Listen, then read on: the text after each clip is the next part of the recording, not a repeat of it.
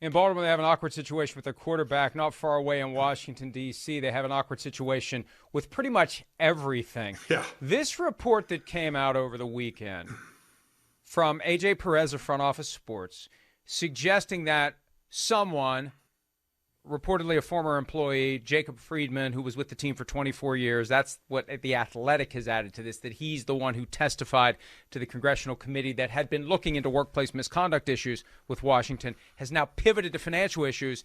And someone, presumably Jacob Friedman, detailed this scheme, this scam, this ruse that the Commanders allegedly are using to funnel money that would go to the visiting team pool that gets shared by all 32 franchises, keeping it for the Commanders. Cardinal sin, picking the pocket of your fellow oligarchs. Now, look, the Commanders had not, as of this morning, issued a specific response to that story. They have now issued a response, possibly at our urging, because I was all over this today. If there's nothing to this, you got to be shouting this from the rooftops. You got to be threatening to sue people, not me, please, but the people who are telling these lies about you, and that's what they've done. There's been absolutely no withholding of ticket revenues at any time by the Commanders. Those revenues are subject to independent audits by multiple parties. Anyone who offered testimony suggesting a withholding of revenue has committed perjury, plain and simple. P.S. They will also be sued by Daniel Snyder. So, Mike, I mean, this really is nuts. And it's nuts to me that it took Washington 2 days to say something about it. It's nuts to me the NFL has said nothing about it one way or the other. And I'm just kind of sitting back holding my breath. Popcorn's ready. It's ready. It's buttered. It's salted. And I feel like something else is going to happen here sooner than later. I don't even know what to say about the Commanders anymore. But to your point, if you didn't do it, I'm with you. You shouted from the mountaintop, and they absolutely did shout that from the mountaintop. But I'll also say this, that if that had to raise the antenna to the league, right? You know, because we keep wondering about all this other investigation with what that organization, it sounds so creepy what's been going on there. And where's the investigation? When are we going to find out something?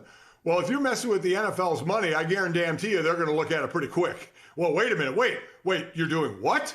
You might be doing something illegal with our revenue. Wait a minute, we're going to really look into this one. They're just, I guess we have to ultimately say, let's wait and see what an investigation brings. But that's another thing, Mike. I mean, we've learned to not really trust investigations, right? Investigations are sometimes done by the team that's being investigated, which seems ridiculous to do. Then is it someone other than the commissioner who appoints people to do it? Or is it somebody independent? That's kind of one of the big gray areas I see with investigations into teams and to owners, unless it's clear cut what's going on. It seems to be always that we're swimming in murky waters. Yeah, you're right, Mike. And there's always an agenda. There's always something that's potentially going on behind the scenes that you have to try to understand, and it's a moving target quite often, and it's hard to get to the truth. And like I said earlier today, this is very simple. This is black and white. It was either happening or it wasn't.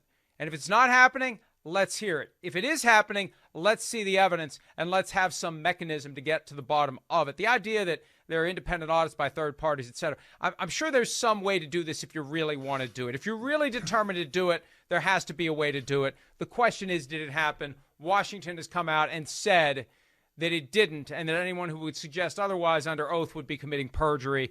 I still think that this is a strong enough allegation that, number one, we need to wait and see if there's anything more tangible, and number two, whether or not the NFL will do anything about it. But, Mike, I'm going to run by you something I said earlier today on PFT Live when we were talking about this. You almost get to a point with the Commanders where there's so many allegations and so many investigations, you just kind of want to throw your hands in the air and say there must be something going on. And that's kind of what the league did with the personal conduct policy back in 2007 when Pac-Man Jones had 10 run-ins with the cop and it never gotten in any real trouble. There was always an explanation. There was always a way to avoid it. But at a certain point, you are in these controversies so many times that in and of itself is problematic for the Shield. How is any of this good for the NFL? That there's constantly some allegation, investigation, suspicion of one team and one team only, and it's always the same team. At some point, you got to take a step back and ask yourself, why is this going on? What are the deeper issues that is causing this to happen? Listen, I agree. You know, they always say where there's smoke, there's fire. There's smoke pouring out of every window of the facility, right? I mean, it's pouring out, and it's not like it's hard to look at and go, boy, I wonder if there's a fire going on in there. I mean, it all does point to that. And again, you just can't throw darts and say guilty. I get there has to be an investigation. See my last comment about the murky waters of okay, what kind of investigation is it? And will we get the results of said investigation, or when will we know there's an end to the investigation? But I'm with you. I mean, it is, and listen, not good things either. I mean, there are things you kind of can poo-poo aside in today's world, and we're in a 24-hour news cycle where we just move on to the next thing. You know, a week or so ago, it was Will Smith slapping Chris Rock. Now it's, oh my God, Tiger might play in the Masters. I mean, that's what we're all waiting for, right? We're all waiting with bated breath to see if he's, so we move on to the next cycle. But this has always been that constant with the Commanders underneath, just there. Every now and then it bubbles up over the surface where we talk about it, and then it kind of goes back down again. So when will there be some clarity or ending to this? I think a lot of people want to know. Or, Mike, maybe there's a lot of people that just don't give a damn, that don't care. You know, I'm sure people close to the situation will care and want a resolution, but those, 30,000, looking at 30,000 feet in the air may be like, we don't care. We just want to watch our football on Sunday.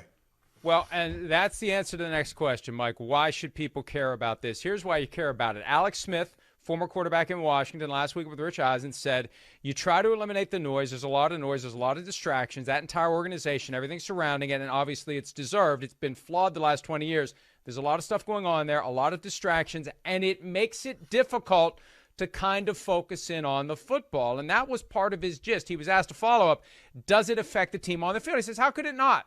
And that's the key. When you have that much dysfunction affecting your organization, at some point it does affect the locker room. It does affect the product on the field. It distracts people unnecessarily. It puts things in front of them that they shouldn't have to worry about as they're trying to get from Sunday to Sunday. That's the reality. Or as they're just trying to enjoy a peaceful offseason. It's always something, and it drags down the football operation. That's why it should be a concern for all fans of the team.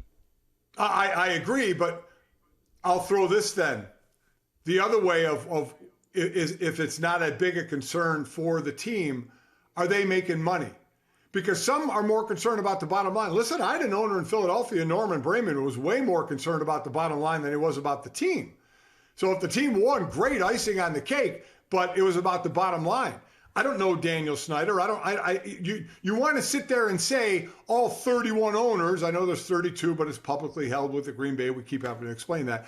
We like to say they all want to win. They all want a championship. They're all going for a championship. But let's be honest. Some of them want to make sure the bottom line is there, because I guarantee you when new ideas come about, when gambling came about and it was poo-pooed, and then all of a sudden it was talked about the amount of money that could go in each owner's pocket, all of a sudden their eyes light up. When they start hearing about network deals, or about something that doesn't bring money, you might as well be watching, Charlie Brown and listening to the teacher go wah, wah, wah. They don't listen.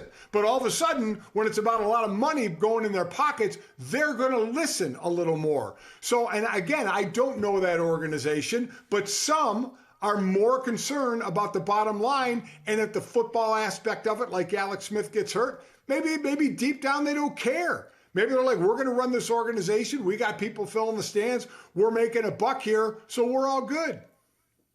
Mike, that's one of the sad realities of being a football fan. Number one, there's nothing you can do about ownership if ownership doesn't really care about winning. And I think a lot of these owners do look at the incremental cost of being better than just a 500 team that hangs around.